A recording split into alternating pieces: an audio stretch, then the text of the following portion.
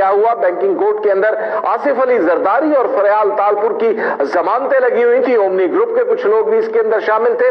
जमानतों में तौसी हो गई है, क्या तारीख पड़ी है, बैंकिंग कोर्ट के अंदर कार्रवाई क्या हुई है। हमारे साथ हमारे रिपोर्टर नदीम शहजाद मौजूद है, उनसे जान लेते हैं। जी नदीम शहजाद।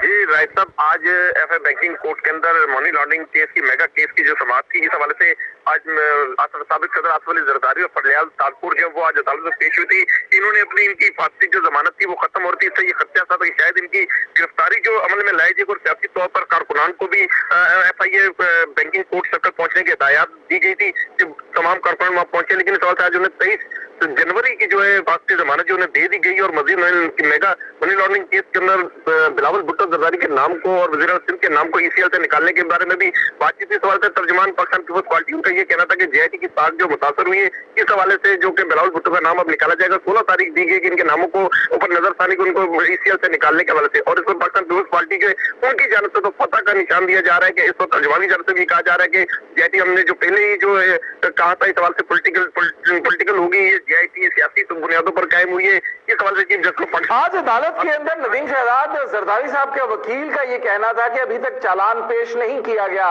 तो FIA का इस पर क्या जवाब था, क्या रद्द-ए-अमल था? जी इस हवाले से चूंकि चालान जो मुकम्मल नहीं किया गया, इस हवाले से चालान की जमीनी जो वो पेश की गई थी, लेकिन JIT चूंकि बनाई गई थी, JIT की तफ्तीश जो तहकीक जो मुकम्मल इस हवाले से देखा जाए तो अब तक 20,000 से ज्यादा अकाउंट है जिन अकाउंट्स के जो मनी लॉन्ड्रिंग जिन तक की गई है। बहुत बहुत शुक्रिया नदीम शहजाद आपका। जिस वक्त ये बात की गई कि चालान पेश नहीं किया गया तो आसिफ अली जरदारी के ये वकील की जानिब से एतराज था, तो FIA का कहना यह था चूंकि ये मामला सुप्रीम कोर्ट के अंदर चल रहा है इसलिए हम इस मामले को मुंजमद किए हुए हैं। अब मामला NAB के अंदर भी चला गया है, बैंकिंग कोर्ट के अंदर अलग कार्रवाई हो रही है, NAB ने अपनी प्रोसीडिंग्स शुरू कर दी है और अब इसकी कानूनी हैसियत क्या होगी, क्या दोनों फोरम्स के ऊपर ये केसेस चलेंगे या किसी एक फोरम पर चलेगा, जान लेते हैं वकील साहब से।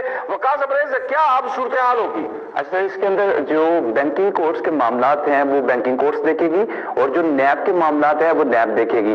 अब NAB के अंदर जितने भी इश्यूज लाई जाएंगे, जिस तरह reference chief justice of Pakistan supreme court ने ये इशू कर दिया है कि ये केस जो है NAB को दिया जाए। और अच्छा, केस को थोड़ा सा समझाइए हमें कि केस है क्या इसके अंदर। एक तो बैंकों की रकूम खाने का मामला है, दूसरा अनफेयर मीन्स से पैसे इकट्ठे करने और मुल्की खजाने को नुकसान पहुंचाने का केस है। आपका कहना यह है कि जो बैंकिंग से मुतल्लिक मामलात हैं वो बैंकिंग कोर्ट के अंदर चलेंगे और जो एसेट्स बियॉन्ड मीन्स हैं यानी कि अपने वसाइल से ज्यादा आपने जो जराए बनाए हैं उनका केस NAB सुनेगी।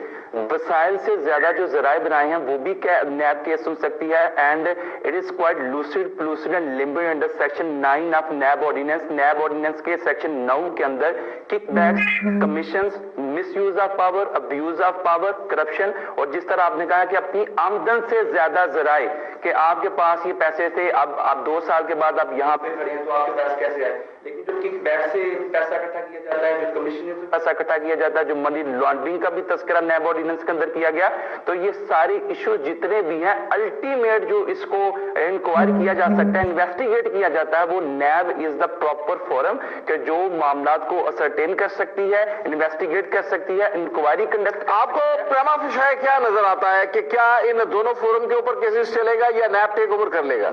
जो प्रमा फिशाई चीज नजर आती है वो ये है कि NAB will take over all the matters. NAB investigation करेगी और जब NAB इसको मामले को इंक्वायरी करेगी तो फिर जितने भी एसेट्स हैं जो कि इनके अकाउंट्स हैं, ये सारी की सारी चीजें NAB इसको इनके ऊपर इंक्वायरी, और फिर मामला NAB अदालत के अंदर चलेगा या बैंकिंग कोर्ट में? NAB अदालत के अंदर चलेगा। NAB अदालत के अंदर चलेगा। बज़ाहिर यूं महसूस होता है, लेकिन जब अदालत के अंदर मामला आएंगे, जब इंक्वायरी होगी तो फिर ये चीजें मजीद खुलती जाएंगी। सुप्रीम कोर्ट ने 2 महीने का वक्त दिया है कि NAB 2 महीने के अंदर अंदर इस सारे केस की इंक्वायरी करे।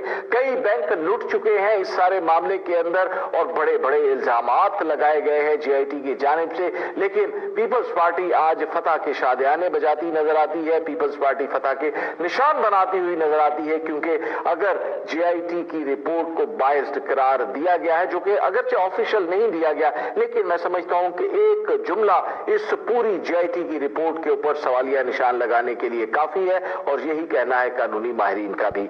यहां पर वक्त